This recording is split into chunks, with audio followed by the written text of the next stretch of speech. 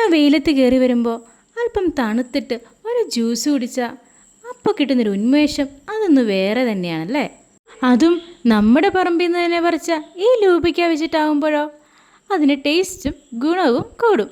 Vitamin C rich ആയിട്ടുള്ളൊരു ഫ്രൂട്ടാണ് ലൂബിക്ക. ഇത് നമ്മുടെ ഇമ്മ്യൂണിറ്റി കൂട്ടാനും സഹായിക്കും.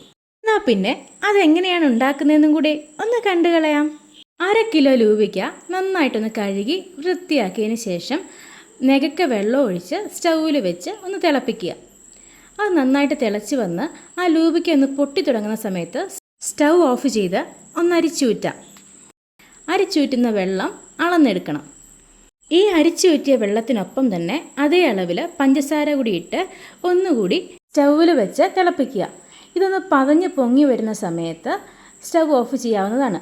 കൂടുതൽ നേരം തിളപ്പിച്ച് കഴിഞ്ഞാൽ ഇത് ഒരുപാട് കുറുകിപ്പോയിട്ട് ഒരു ജാമിൻ്റെ പരുവത്തിലേക്ക് വരും.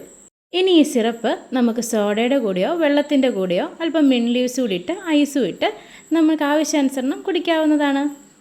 ഇനി ഇത് ആറിക്കഴിയുമ്പോൾ ഒരു കുപ്പിയിൽ ഫ്രിഡ്ജിൽ സൂക്ഷിക്കാവുന്നതാണ്. മധുരം കൂടുതൽ വേണമെന്നുള്ളവർ കൂടുതൽ പഞ്ചസാര ഉപയോഗിക്കുക.